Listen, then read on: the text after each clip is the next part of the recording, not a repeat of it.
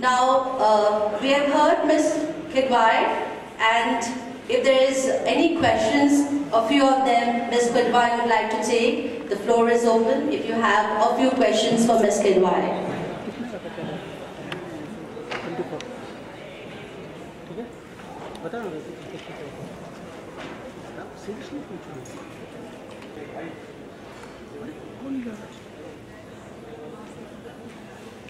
I'm sorry, I'm the last one to join in, but hello everybody, and I'm a little petrified of this dead silence, so I think it's all good. Thank you so much for this warm welcome. Thank you so much for having me here. It's one of its first kind for me to be sharing this kind of a platform with such stalwarts from the commerce industry, and I must say I've been very scared of maths and commerce all my life, but it really means a lot. Thank you so much, and I think we'll have to see a bit more smiles. I'm a bit scared right now. Madam, can I have a question to Ms. Lal? You said that still ladies are expected to be good moms. I think it's a very good responsibility to make children responsible and educated and groom them well, bring them in a nice manner. That doesn't mean that we are against the woman's career of the womb. Both can go together, that's what I want to say. Would like to have your comments. So, what I didn't specify is, again, quoting from this book, so it goes beyond me. There are 30 very smart women. The sharing there was quite interesting in that the benefit that they had from their fathers in shaping their careers.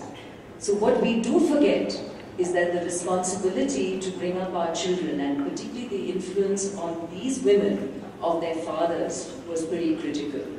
So I believe we are in an age today where the responsibility for bringing up children is not just the mother's. It's past the stage where the father was the bread earner.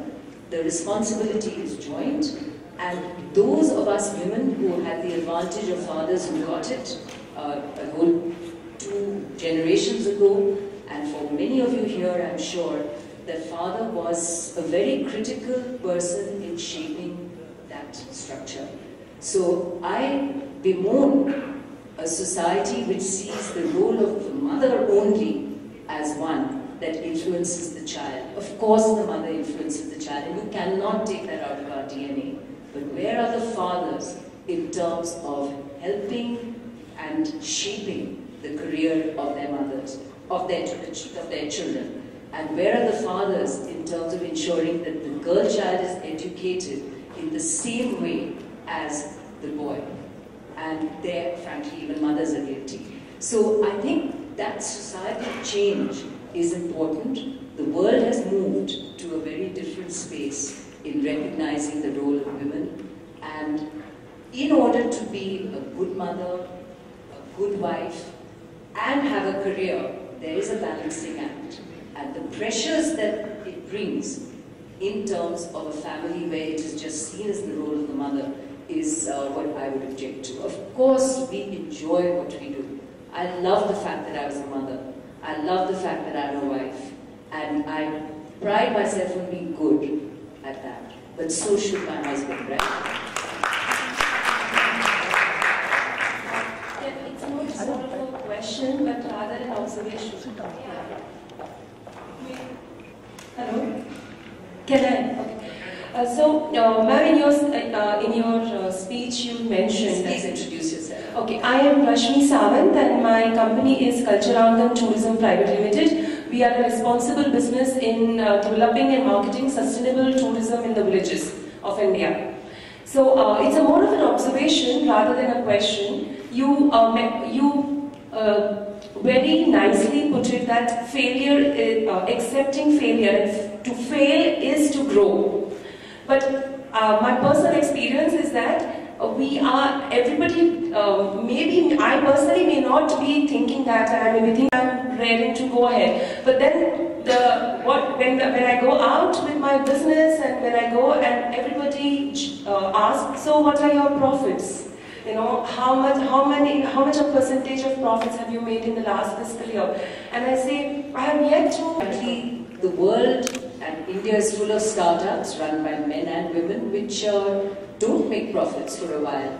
And in fact, there are very large companies in the world, including companies like Amazon, which went for a long, long time without making profits. So it is really a function of how far you can go till you make profit. But not making profit is not a failure. I was thinking more in terms of Ms. Yami, one of the most popular and influential celebrities in India, is a self-made actor. This makes her a favorite among today's generation that believes in hard work and fighting against odds to attain success. It is her unflinching focus, dedication and hard work that led her to her breakthrough in success in Indian cinema. Ms. Gautam is effortlessly honest in her performances, and all her movies always carry a very strong social message, be it Ricky Dollar or the recent blockbuster Kabul. It gives us great pleasure to have with us here today. Thank you very much, madam. I think the pleasure is absolutely mine. I won't get into the details, the intricate details that were being exchanged on commerce and market, but I think the basic rule, the basic ethics or values which I think Anna ma'am was trying to communicate was how strong you are in your belief. I think that's really important. So it's regardless of it's your profession or mine or anywhere. That's the reason we're sharing this platform together, I think, because the basics, the ground work, I think it remains the same for all of us regardless of what profession we're in. And I think it's a huge takeaway for me also. It's a great honor to be sharing this with some of the most smartest women, I may say, in the country. So thank you so much for having me. Thank you, Yami. The Indian Chamber of Commerce would like to felicitate Ms. Naina Lal Kidwai with the prestigious ICC Women Achievers Award in Business Excellence and Social Inclusiveness. Can I request Ms. Namrata Sureka and Dr. Ajit Singh also to do the honors?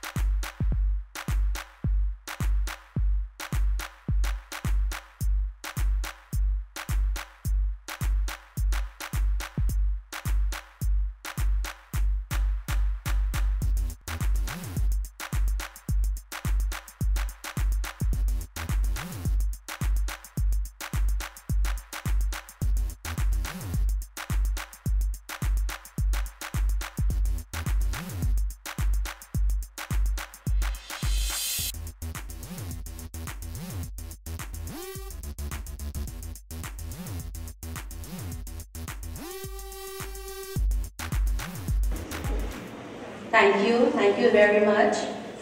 I would now request Ms. Yami Gautam to please say a few words. I think someone's already just giggled because I think I've already having spoken a lot. I'm the jokiest of all. I think I would like to personally thank, as I said, the journey is obviously still on. I'm sure for all of us, it's nothing to do with age or anything. It should be always on.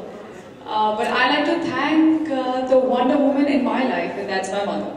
I'm sure that mother, I think, is for all of us, but especially I know, as all of you, I had the privilege of understanding that how challenging it is, regardless of gender, regardless of anything, but to crack it, to make it in whatever respective fields we are trying to. But yes, having said that, it does give me a sense of pride to be making it on my own. I do not have a godfather here, I'm not from Mumbai, but I'm very proud from where I am. And that's only because of my mother, who's actually, in true sense, taught me the power of belief in you, and the confidence that no matter what, I trust you, and even if you fall, I'm there, you have my back, and I'll watch for you. So don't worry, just be fearless, just sky should be the limit for you, and we're all there, don't worry, but feet on the ground. So I think that's really important. That's what keeps me going, and I wish she was here right now, because she would have. She's the only one. I think it matters so much to me. I think she's the only one to whom it will matter even more. And I can just say thank you, and it's to all the mothers. I think.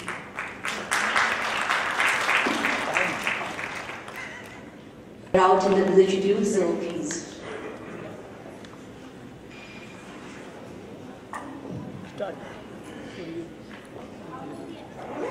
Hello. Hi ma'am, I'm Shruti Kathuria. I have my startup which is called as My InstaLink, which is working for employability and entrepreneurship of youth in the country. So I work in a co-working space where there are a lot of women entrepreneurs. And I happen to interact with a few of them. So there's a lady who's been into her own business and had seed funding, and she made it big, but after some time she had to give it up, and she started looking for a job. But the discussion how it started is that people don't add the entrepreneur work X as a work X, So what would you say about that? Thank you for the question. They'll answer together all the questions. So we can take 2 more questions, and then they could be replies. Plus, one request is to keep your questions very short. Hi, my name is Mani, and this question is on behalf of all the 20-somethings newly married category of ambitious women. Ma'am, I just wanted to understand that, was there a moment in your life when you wanted to give up? Those moments when it just, the choice between work and home has come to such a, critical juncture that you just really want to give up. And I want to know from you if you've ever had that incident, and if yes, what kept you going at that moment? Thank you so much. Hi, it's not a question, so sorry, I'm kind of taking the third one out. My name is Ragi. I'm not an entrepreneur. I have a lot of ideas, but not got anywhere yet. I made a bit of intercessory also on this.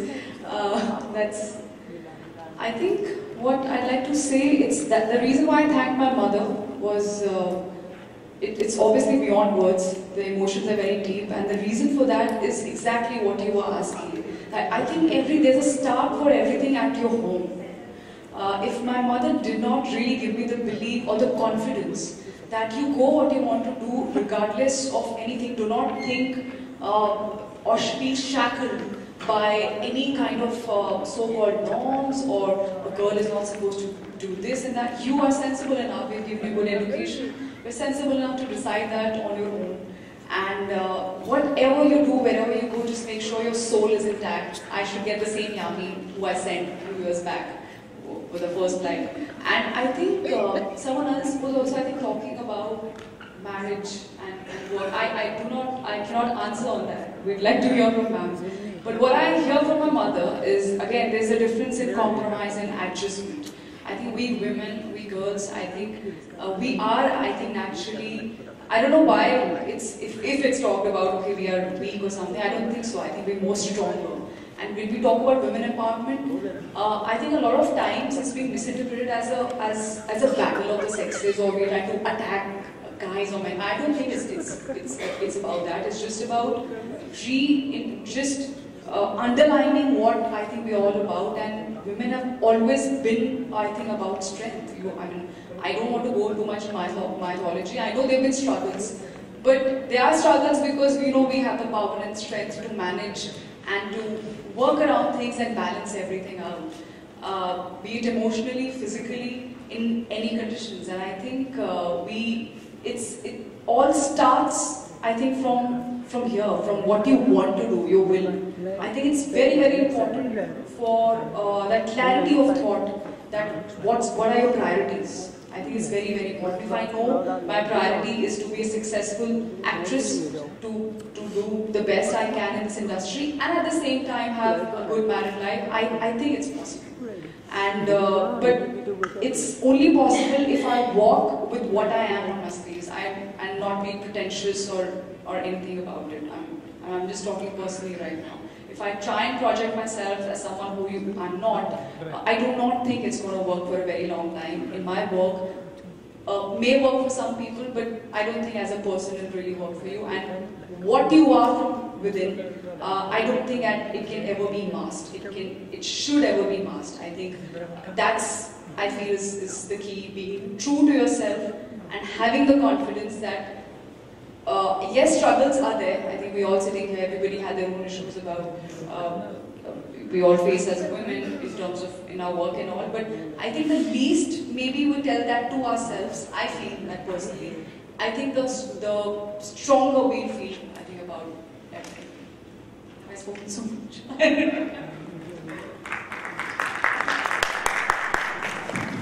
So. For someone who's trying to make a passage from being an entrepreneur into the work world, it is difficult. Let's face it, women who leave the workplace and to people who you see as your batch, particularly if you've been away for 2 to 3 years. So, and that move is somewhat easier than if you've been out of the workplace in an entrepreneurial mode and then trying to get back in the workplace. So it is by no means way to go.